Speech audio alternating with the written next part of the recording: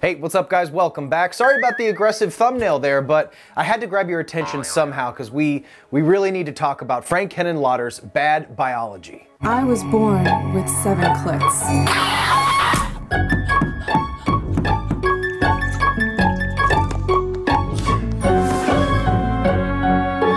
I don't know. Something's missing. Hey, what's going on? I hope everybody's having a fantastic day. If you feel charitable today, give your boy a like, drop a comment down below, and let me know if you picked up this release from Severin Films. It's a beast, and we're going to dive into everything that you get with this Severin media book, hardcover book release. It's kind of an odd release from Severin, but a really beautiful release nonetheless. But we have to talk about what this movie's about. There's probably a good chunk of you, unless you're kind of into these weird subversive films, that you may not have even heard of this. So who is Frank Henenlotter? Well, Frank Henenlotter is a fucking legend. That's how we describe Frank Henenlotter in this playhouse, okay? So Frank's an old school New York director who made his name with classics like Brain Damage, Frankenhooker, 3 Basket Case movies, and if you've seen any of these movies, you know that he has a penchant for making really crude movies filled with comedy, sex, creatures, and gore. At the point of making this movie, I think it was around 2007, 2008, he hadn't made a movie in 17 years, and he hasn't made a movie since this, so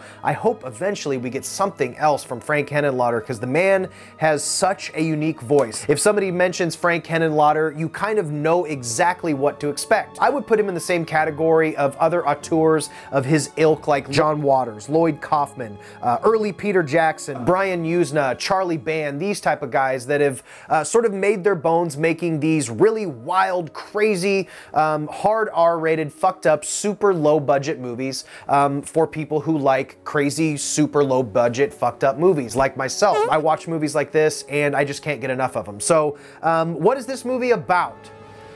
Well, oh shit. Trigger warning for people who may be offended by offensive things.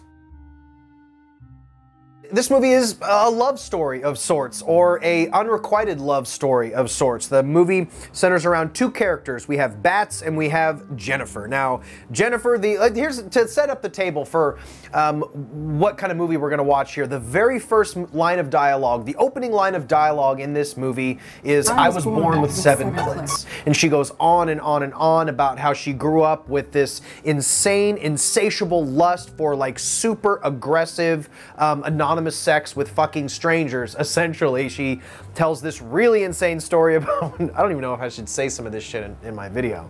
But she tells this story about how she had these violent periods, and at one point when she was a very young girl, she had a period so bad she lost like 1/4 of her blood and had to have like a blood transfusion. This movie is fucking insane, but let's go on. So she has an insatiable lust for sex and nobody can fill her needs. Usually during these sex, she gets so caught up in her insane animated arousal that she usually ends up killing these people. Also, every time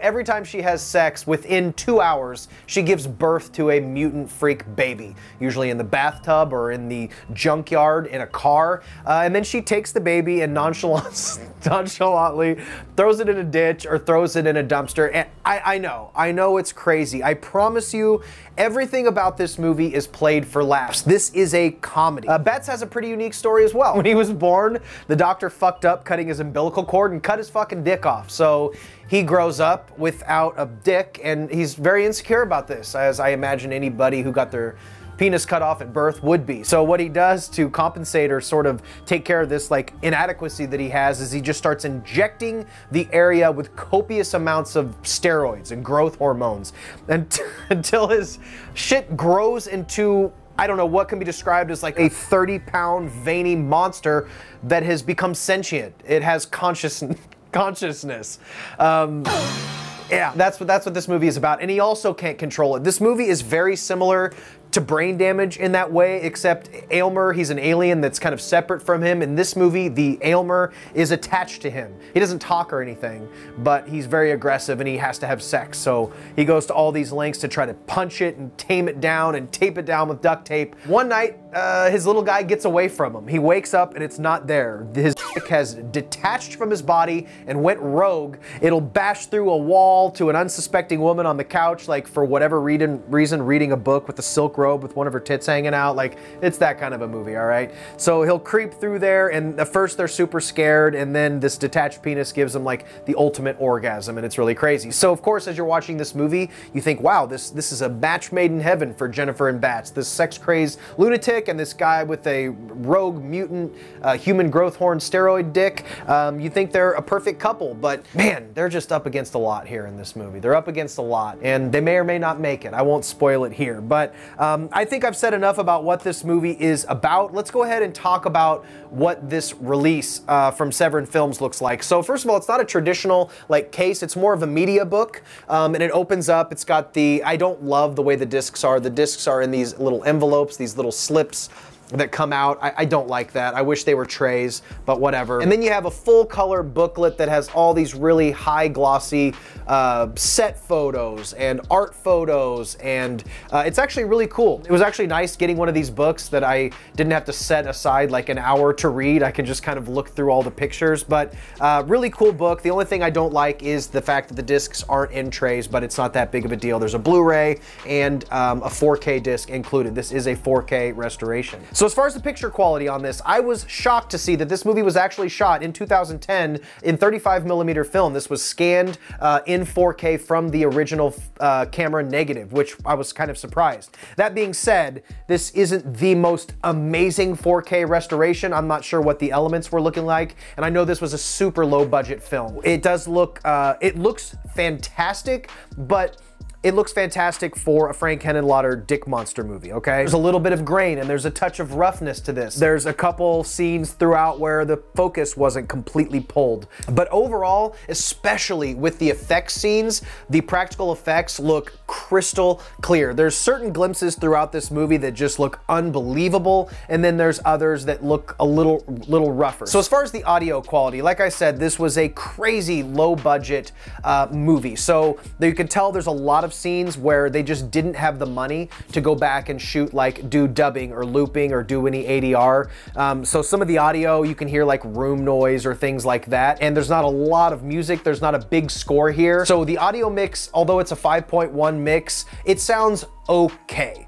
It sounds as good as the elements they had to work with could possibly sound. So the mix sounds good. It doesn't sound great. It'll do, okay? It'll do, pig. Now, as far as the rest of the special features go, I have to give it to Severin because the special features that they included, and including the new features, are some of the best, like as far as like what I want to see in a special feature. I don't just want to see a bunch of like 4-minute talking head actor interviews. I want to see the making of. I want to hear from Frank. I want to hear from the lighting guy. I want to hear from the actors. I want to see footage from the set.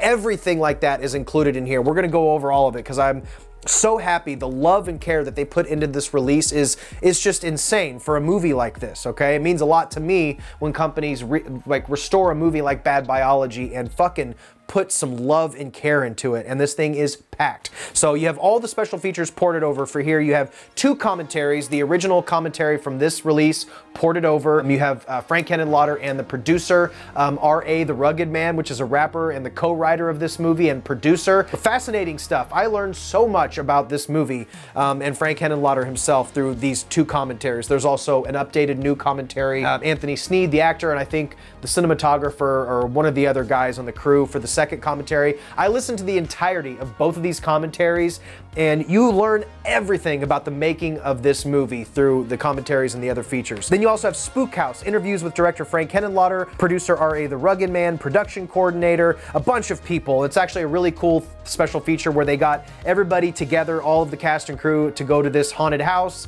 and they just kind of talk to him about the movie. It's really, really cool. Then you have In the Basement with Charlie Danielson, the girl who plays Jennifer in this movie, Charlie Danielson. This is the only movie she's ever done. Most of the actors that you see in this movie are non-actors, and some went on to do other things and some didn't. But Jennifer wasn't an actor. And after this movie, I think she had some bad experiences from what Henenlotter says in one of the commentaries. So she doesn't really do interviews. She doesn't have social media because of the sexual nature of this movie, and she's naked throughout a lot of it. I guess she had some weird stalker issues and some weirdos, so she got her little glimpse of what the acting world was like. She's like, I'm good, I'm out. So, and it's only about about 3 minutes long.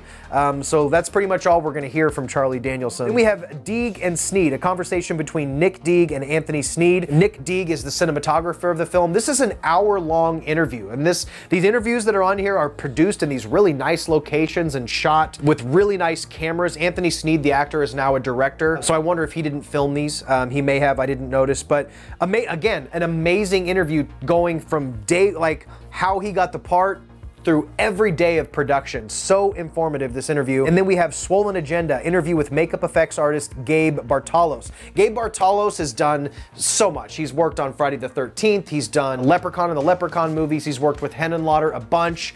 Super informative interview, and he brings out the rigs and shows you some of the rigs that they use for the gags in the movies. Really informative interview with him. There's a special feature called Fuckface, where photographer Clay Patrick McBride runs around the director's apartment filming guys making their O-face. There's a big part, really creepy part of this movie. Jennifer's character in the movie is a photographer, and she takes these weird photos, but in reality, the photos were done by Clay Patrick McBride, a renowned photographer, a hip-hop photographer. He's done a bunch of cool stuff, but they show him actually taking the photos that ended up being all these bizarre, abstract, scary-looking photos that you see in the film. Suck, a wonderfully twisted short film by Anthony Sneed, the actor who plays Bats, put one of his weird little short films on here about a guy who loves getting his fingers sucked on.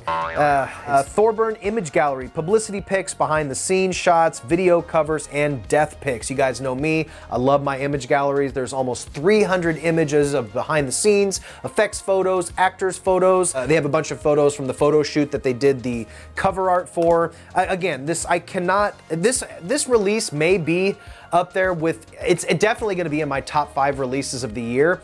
Not that this is like my favorite movie of all time, or this is some Oscar-winning film, but the package and the features and the care that they put into this release is one of the best releases of 2023.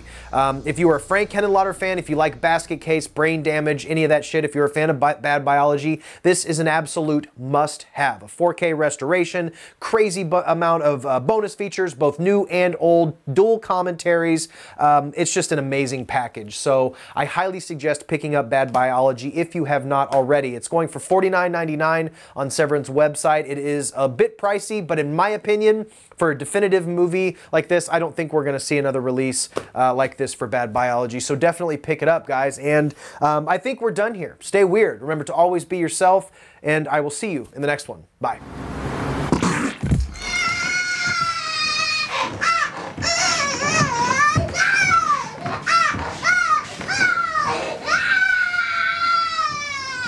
I'm a producer.